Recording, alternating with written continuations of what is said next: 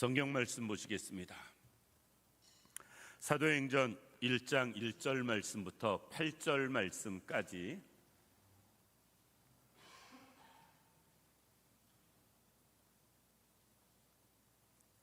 사도행전 1장 1절 말씀부터 8절 말씀까지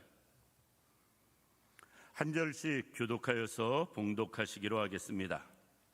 데오빌로여, 내가 먼저 쓴 글에는 무릇 예수께서 행하시며 가르치기를 시작하심부터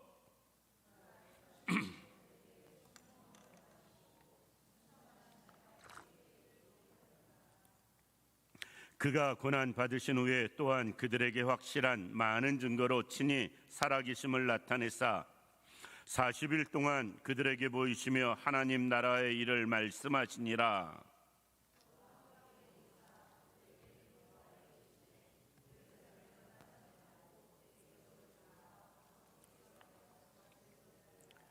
요한은 물로 세례를 베풀었으나 너희는 몇 날이 못되어 성령으로 세례를 받으리라 하셨느니라.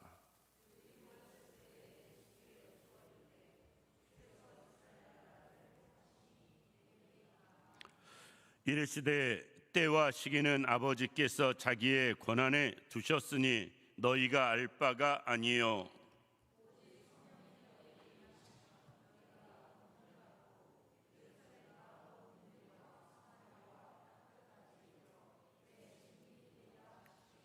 아멘. 오늘 이 시간은 본문 말씀 통해서 세상의 소망, 교회라는 제목으로 말씀을 생각해 보려고 합니다. 이 땅엔 수많은 교회가 있습니다. 그런데 일부 대형 교회 말고는 모든 교회를 놓고 보면 약하고 부족하고 여러 가지 아쉬움이 많은 교회들이 있습니다. 어떤 면에선 교회로서의 역할을 잘 감당하기 힘들 만큼 부족한 교회들도 있습니다. 어느 분이 어느 지역에 교회를 알아봐 달라고 저에게 부탁을 했습니다. 그쪽 지역에 자기 아는 분이 교회를 나가기를 원하는데 추천해 줄 교회 알아봐 달라고. 그런데 제가 그 지역은 살아도 안 받고 알지도 못하는 지역이라 열심히 이 다양한 방법을 통해서 교회를 알아봤습니다. 그 사는 사람 지역에서 가장 가까운 교회, 그리고 교회적으로나 여러 가지 상황이 괜찮은 교회로 생각하고 그 교회에 전화를 했습니다. 목사님하고 직접 통화를 하고 이야기를 하려고. 그런데 목사님이 전화를 받고 이렇게 말씀하세요. 누가 예를 들어서 어느 목사님이 나한테 전화를 걸어서 우리 교회 지역에 사람이 새로 교회를 나가려고 하는데 그 교회 추천하려고 그러는데 라고 이야기를 하면 좋아해야 되잖아요. 이분은 심히 부담스럽게 전화를 받으세요. 정확히 얼마나 된 교회인지는 알 수 없습니다만 가족 정도, 거기에 한두 명 정도 출석하는 교인들이 있는데 제가 인터넷으로 검색해서 요새는 네이버 지도랑 위성비가 하도 잘 나와서 교회 건물을 볼 때는 교회가 상당히 오래된 교회, 삼각교회이긴 하지만 그렇게 느껴지는데 새로운 사람이 와서 자기 교회에 적응할 수 있을까를 걱정하면서 이렇게 말씀을 하세요. 그래도 바로 아파트 상가더라고요. 그런데 그 아파트 사는 사람을 보내준다고 그러는데 만나봐서 그 사람이 자기네 교회에 나오면 더 좋지만 아니면 그 사람이 마땅히 가야 할, 그리고 그 사람에게 맞을 만한 교회를 그 지역에서 자기가 알아봐서 소개해 주겠다고. 머리가 많이 복잡했습니다. 머리가 많이 복잡했어요. 그렇게 말하는 목사님의 심정이 얼마나 아플까? 그 목사님의 심정이 너무나 속상하고 아플 것 같아서 제일 먼저 마음이 아팠습니다. 목사로서 입장을 바꿔놓고 그렇게 말하는 목사의 심정이 얼마나 속상하겠어요. 교회하면서 한 사람 한 영혼 새로 온다 그러면 정말 발벗고 쫓아가서라도 맞이해야 할 상황에 그렇게밖에 말할 수밖에 없는 그 목사님은 지금까지 여러 일들을 겪으면서 많은 실패와 어려움을 겪고 그리고 상하고 지친 가운데 있는 목사님의 모습이 눈에 그려져서 너무나 마음이 아팠습니다. 그런데 사실 교회만 그런가요? 우리도 그렇습니다. 우리도 세상을 살아가면서 여러 가지 일로 힘들고 지칠 때가 있어요. 낭망하며 쓰러질 때도 있습니다. 요즘은 또 하도 더워가지고 아무것도 안 해도 지치는 모습도 볼 수가 있습니다. 뜻대로 되어지지는 않고 일이나 문제는 쌓여가고 그리고 계획하는 것들은 계속 꼬여지면서 우리 뜻대로 생각대로 안 되는 우리의 모습을 보게 됩니다. 따라서 교회도 어렵고 성도들도 어려운 세상이 되어졌어요. 그럼에도 불구하고 우리는 믿어야 됩니다. 아무리 교회가 어렵고 힘든 시대가 되었고 성도들의 삶이 여러 가지 어려운 문제가 많고 힘든 일들이 많이 있다 할지라도 세상의 소망은 교회에 있고 성도들에게 있다는 것을, 교회조차 세상의 소망이 되지 못하고 성도들조차 세상의 소망이 되지 못한다면 세상은 소망이 없다, 이렇게 말하고 싶습니다. 주님 오시는 그날까지 끝까지 아무리 부족하고 연약해도 교회가 세상의 소망이고요, 아무리 우리가 어렵고 힘들어도 성도가 세상의 소망이다라는 것입니다. 그런데 지금 교회를 놓고 보고 성도들을 놓고 볼 때 세상에서 우리를 소망, 희망으로 보는가? 사실 그렇지 않은 모습을 볼 수가 있습니다. 어쩌면 교회를 세상에서 희망으로 보기보다는 짐이나 여러 가지 부담, 어려움으로 보는 모습을 볼 수 있고요, 성도를 세상의 희망으로 보기보다는 여러 가지 면에서 그렇지 못한 일들이 많이 생겨나는 모습을 볼 수가 있습니다. 설령 그렇다 할지라도 우리는 포기하지 말아야 될 것은 사도행전은 교회가 교회다움의 말씀이에요. 사도행전은 교회가 세상의 소망이라는 것을 알려주시는 말씀입니다. 이것은 성도인 우리에게도 동일해요. 왜? 우리가 교회니까. 즉 지역적인 교회든 우리 영적인 교회든 상관없이 사도행전은 교회가 세상의 소망인 것을 우리에게 말씀해 주시고 있다라는 것입니다. 세상에서 지금 교회가 그런 역할을 제대로 감당하지 못한다 할지라도 분명한 것은 그럼에도 불구하고 세상의 소망은 교회다. 따라서 사도행전에 보면 교회가 세상의 소망이 될 수밖에 없었던 몇 가지 이유가 있어요. 오늘 본문을 통해서 교회가, 우리 성도가 세상의 빛이 되기 위해선, 소망이 되기 위해선 어떻게 해야 할 것인가, 그 부분을 생각해 보면서 아직 부족하고 연약하지만 우리 주영교회가 세상의 소망이 되길 원하고요, 우리 개개인 모두가 여러 가지 내 인생 내 삶도 어렵고 힘들고 우리의 짐도 무겁지만 그럼에도 불구하고 우리가 세상의 소망이 되기 위해선 어떻게 해야 할 것인가, 그 부분에 대해서 몇 가지 생각해 보려고 합니다. 첫 번째, 교회가 세상의 소망이 되기 위해선 어떻게 해야 되느냐? 복음이 살아있는 교회가 되어져야 됩니다. 1절 말씀 보면 이 사도행전은 누가가 기록을 하는 거예요. 누가가 기록한 것인데 누가가 1장 1절을 통해서 이렇게 시작합니다. 데오빌로여라고 이야기하면서 시작을 해요. 왜? 그러면서 이렇게 말합니다. 내가 먼저 쓴 글에는, 누가가 데오빌로에게 먼저 쓴 글이 있다라는 것이고요, 사도행전은 두 번째 데오빌로에게 쓰는 글이다라는 말입니다. 그러면 먼저 쓴 글은 무엇이냐? 누가복음이에요. 그래서 누가복음 1장에도 동일하게 이런 비슷한 표현이 기록되는 모습을 볼 수가 있다라는 것입니다. 누가복음을 통해서 데오빌로에게 복음을 전했습니다. 데오빌로가 정확하게 영적으로 어느 정도의 수준의 사람인지는 알 수 없습니다만 복음을 체계적으로 기초적인 것부터 쭉 설명한 모습을 놓고 볼 때 데오빌로는 로마의 유명한 출세한 각하라는 말을 쓸 때 고위직의 사람인 모습을 볼 수가 있는데, 그럼에도 불구하고 그는 신앙적으로는 초신자였던 것 같습니다. 어떤 이유를 통해서인지는 알 수 없지만 그가 복음을 들었고요, 복음을 받아들였고요, 신앙생활을 시작하는 사람에게 누가는 누가복음을 통해서 또 사도행전을 통해서 그에게 복음을 전하는 모습을 볼 수 있다. 그래서 1장 1절부터 3절 말씀까지 계속해서 하시는 말씀이 무엇이냐? 예수 그리스도에 대해서 가르치기를 시작하는 모습을 볼 수 있다라는 것입니다. 따라서 교회가 교회답기 위해서, 교회가 세상의 소망이 되기 위해서 우리는 어떻게 해야 되느냐? 복음이 살아있는 교회가 되어져야 됩니다. 교회가 하는 일이 많이 있습니다. 그런데 다른 어떤 일보다도 교회는 항상 복음에 집중하는 교회가 되어져야 됩니다. 어느 분은 이런 예를 들었습니다. 세탁소가 있어요. 세탁소가 처음 시작했는데 장사가 잘 안 돼가지고 손님이 안 많아서 옷 수선하는 일까지 시작을 합니다.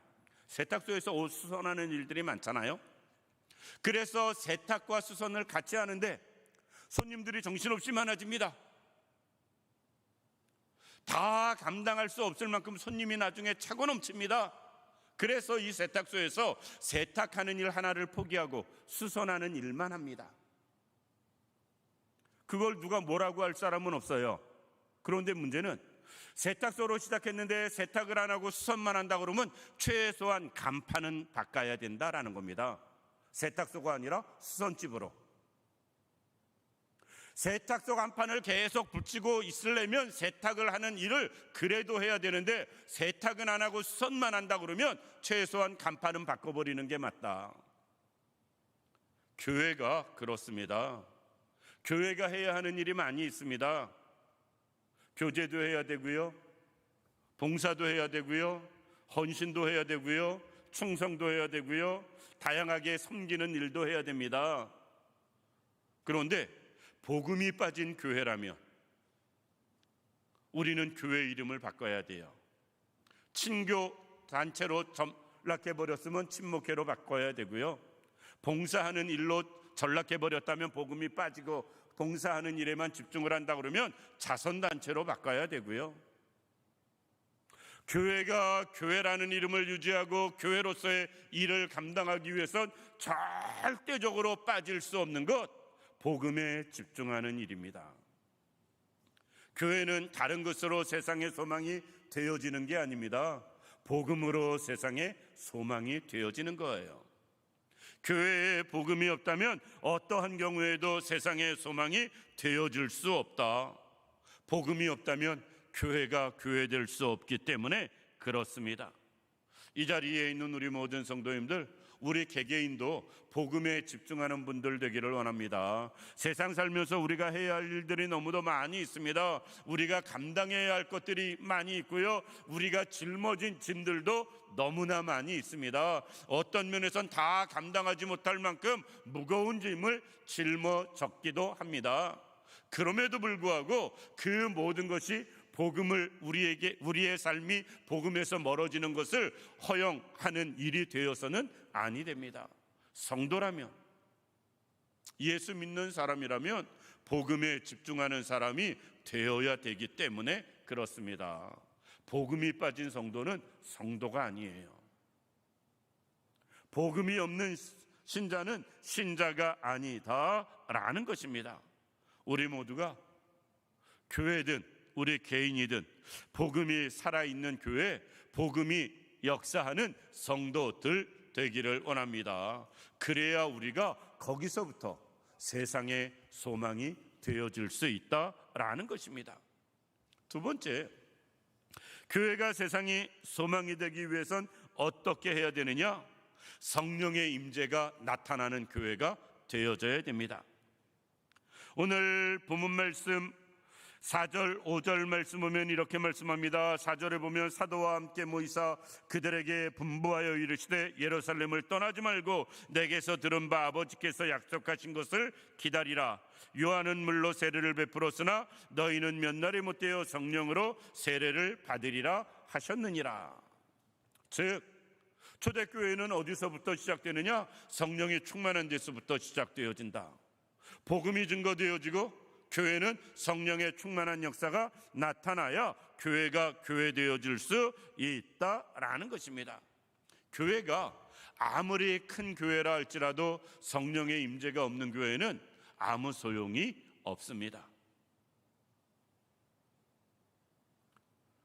성령의 임재가 있는 곳, 성령의 역사가 나타나는 곳, 그것이 교회의 모습이 되어져야 된다라는 것입니다.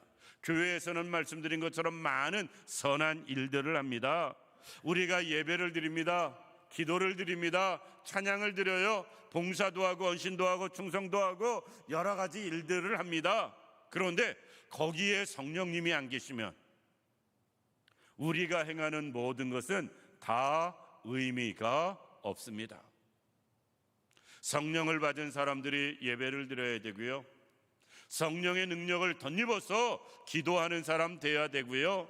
성령의 은혜로 영적으로 하나님 앞에 찬양할 수 있어야 되고요. 우리의 섬김도 성령의 역사로 말미암아 하나님 기뻐하시는 일들을 감당해 나가는 교회 되어져야 된다라는 것입니다. 오늘 본문을 통해서 어느 교회가 성령 충만함을 경험할 수 있을까? 4절 말씀 보면 예루살렘을 떠나지 말고, 오직 하나님 중심으로 예루살렘 중심으로 살아가는 교회가, 살아가는 성도가 성령 충만을 경험할 수 있습니다.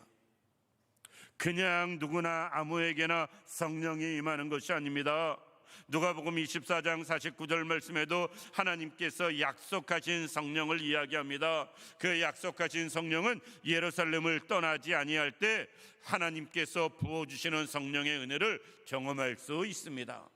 실제 사도행전 2장에 보면 예루살렘에서 오순절 성령의 역사가 나타날 때 떠나지 않고 계속 예루살렘에 머물며 기도한 사람들이 성령의 충만함을 경험하거든요. 어떤 이유, 어떤 원인, 다양한 사건들, 그 무엇이 이유라 할지라도 예루살렘을 떠나는 건 핑계 되어서 아니 됩니다. 우리가 예루살렘을 떠나서는 성령의 충만함을 받을 수 없기 때문에 그렇습니다. 어떤 일을 하기 전에 우리는 먼저 하나님의 약속을 붙잡고 성령의 임재를 경험하고 성령의 충만한 가운데 우리가 살아갈 때, 또 교회는 그런 모습으로 역사할 때 그 교회가 세상의 소망이 되어질 수 있다라는 것입니다. 성도도 마찬가지입니다. 이 땅의 모든 사람들이 예수 믿는 사람들을 인정하고 또 교회를 인정하고 또 예전처럼 우리의 신뢰도가 높아지기 위해서는 어떻게 해야 되느냐? 우리가 인격적으로 좋아지는 것, 예를 들어서 열심히 세상을 섬기며 살아가는 것 필요합니다. 그런데 우리가 성령 충만하지 아니한 가운데 그런 일을 하는 것은 행사에 불과해요. 성령 충만한 가운데 그런 일들을 행할 때에 하나님의 역사가 되어지는 것입니다. 따라서 교회가 교회답고 교회가 세상의 희망이 되기 위해선 어떻게 해야 되느냐? 교회가 성령 충만함을 경험해야 됩니다. 이 자리에 있는 우리 모두가 성령의 충만함을 경험할 수 있는 우리들 되기를 원합니다. 성령 충만해서 하나님의 역사를 경험하고요, 성령 충만하여서 주의 뜻을 이루며 살아가는 우리들 되기를 원합니다. 예루살렘에는 교회조차도 없었어요.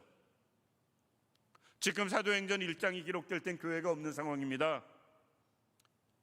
성령이 충만해지니까 없던 교회도 생겨나요. 그래서 2장에 성령이 충만해지니까 교회가 생겨나거든요. 반대로 성령 충만하지 않다면, 성령의 임재가 나타나지 않는다 하면 교회라 할지라도 교회의 역할은 감당하지 못한다. 우리 모두가 성령의 충만함을 경험하는 역사가 있기를 원합니다. 그래야 이 어려운 세상에 교회는 소망이 되고 성도는 희망이 되어지는 것입니다. 세 번째, 교회가 세상의 희망이 되기 위해선 어떻게 해야 할 것인가? 복음을 전파하는 교회가 되어져야 됩니다. 우리가 잘 아는 대로 오늘 8절 말씀 보면 이렇게 말씀합니다. 오직 성령이 너희에게 임하시면 너희가 권능을 받고 예루살렘과 온 유다와 사마리아와 땅끝까지 이르러 내 증인이 되리라 하시니라. 성령을 주시는 이유가 무엇일까? 교회에 성령의 역사가 나타난 결과가 무엇인가? 복음을 증거하는 것이에요. 우리가 복음을 증거할 수 있는 우리들 되기를 원합니다. 성령 충만함은요, 우리 스스로 만족하려고 하나님이 우리에게 성령 주시는 게 아닙니다. 성령 충만함은 방언을 하게 하기 위해서 성령을 주시는 게 아니에요. 성령 충만은 우리가 어떤 능력을 행하게 하기 위해서 주시는 게 아닙니다. 성령 충만은 복음을 증거하게 하기 위해서 우리에게 주시는 것입니다. 그래서 오순절에 성령의 역사를 경험한 제자들이 120명의 성도들이 나가서 행한 일이 무엇이냐? 예수는 그리스도라 전하는 일이었어요. 왜? 성령 주신 이유 목적이 거기에 있기 때문에 그렇습니다. 우리는 늘 성령 충만을 사모합니다. 그런데 성령 충만을 사모하는데 전도할 마음은 없어요. 성령 충만을 위해서 기도하는데 전도는 생각도 없습니다. 그러다 보니까 성령 충만이 없어요. 성령 충만은 전도하게 하기 위해서 주시는 능력인데 우리가 더 하나님의 말씀을 잘 전하고 많은 사람들에게 하나님 복음을 증거할 수 있도록 성령 충만함을 구하는 사람 되어져야 되는데 전도는 생각도 없고 성령 충만만 구하다 보니까 성령 충만함의 역사가 없다라는 것입니다. 교회가 교회답기 위해서는 어떻게 해야 되느냐? 성령 충만하여 복음을 전하는 교회가 가장 교회다운 교회가 되어지는 것입니다. 우리가 세상을 어떻게 변화시킬 것인가? 복음을 통해서 구원받는 사람으로 사람을 많이 만들어서 세상을 변화시켜야 되거든요. 혁명을 하거나 쿠데타를 하거나 다른 것을 통해서 우리는 세상을 바꾸는 사람들이 아닙니다. 우리는 영혼을 구원해서 많은 죄인들을 하나님께로 인도하는, 그래서 하나님의 자녀 만드는 교회가 되고 그런 성도가 되므로 세상을 바꾸는 교회 성도 되는 것이거든요. 그래야 비로소 우리가 세상의 빛이 되고 희망이 되어지는 것입니다. 말씀을 마칩니다. 정말 우리 스스로 생각해 보시기 바랍니다. 나는 또 우리 교회는 정말 세상의 소망이 되고 있는가? 사실 그렇다라고 생각할 수 있는 사람은 하나도 없습니다. 우리 개인을 보나 교회를 보나. 그러면 계속 이렇게 살다 말 것인가? 그것은 너무나 안타깝죠. 우리는 이제라도 새로워져서 교회가 세상의 소망이 될 수 있도록 노력해야 되고요. 우리 스스로도 세상의 희망이 될 수 있도록 노력하는 사람 되어져야 됩니다. 그러기 위해서 복음에도 집중할 수 있길 원합니다. 요새는 날씨가 하도 더우니까 죄송하지만 딴 생각이 없어요. 저부터도. 그냥 덥다 하다가 하루하루 지내는 것 같습니다. 어쩌면 억지로 버티고 견디면서 살아가고 있는지도 모르겠습니다. 그런 와중이라 할지라도 우리는 복음에 집중할 수 있기를 원합니다. 요즘처럼 여러 가지 면에서 어렵고 힘들고 세상 일이 내 뜻대로 안 되는 그런 시절도 흔하지 않을 것 같습니다. 모든 것이 내 뜻대로 안 되고 내 마음대로 안 되는 그런 세상을 우리가 살아가지만 세상 일은 그래도 우리가 하나님 앞에서는 성령이 충만한 가운데 살아갈 수 있기를 원합니다. 다른 것보다 먼저 더 성령의 충만함을 사모하고요, 그것을 경험하며 나갈 수 있는 우리들 되기를 원합니다. 세상에 일이 잘 되는 게 먼저가 아니고 성령 충만이 먼저다. 세상에 일이 여러 가지 풀리는 것보다 더 중요한 건 내가 성령 충만해지는 것이다. 성령 충만해야 교회도 세상의 희망이 되어지고 성도도 하나님의 일을 감당하는 사람 되어지는 것입니다. 그리고 어떤 경우에도 전하는 자의 삶을 포기하지 않길 원합니다. 교회는 가르치고 전하는 교회, 표어로 끝나서는 아니 됩니다. 제가 일명 모교회라고 이야기하는, 어려서부터 쭉 신앙생활하는 그 교회는 평생 표어가 하나 있었어요. 처음부터 끝까지 모이면 기도하고 흩어지면 전도하자. 이것이 그 교회, 지금도 그 표어를 쓰시는지는 모르겠어요. 그런데 그 교회는 표어가 그거 하나밖에 없습니다. 해마다 바뀌는 표어도 없어요. 그냥 그거 하나 붙잡고 살아갑니다. 우리가 그래야 됩니다. 그게 성경적이에요. 그게 복음적인 겁니다. 그게 하나님 앞에서 제대로 살아가며 쓰임받는 모습이기도 합니다. 그런 교회가 세상에 희망이 되어지고 소망이 되어질 수 있습니다. 우리가 꼭 그럴 수 있기를 원합니다. 세상에 소망이 될 수 있도록 성도들이, 교회가 복음에 집중하고 성령이 충만하고 복음을 증거하는 삶을 살아서 정말 이 썩어져가는 세상 가운데 빛이 되고 소금이 되고 하나님 영광 나타내는 우리 모두가 되기를 주님의 이름으로 축원합니다.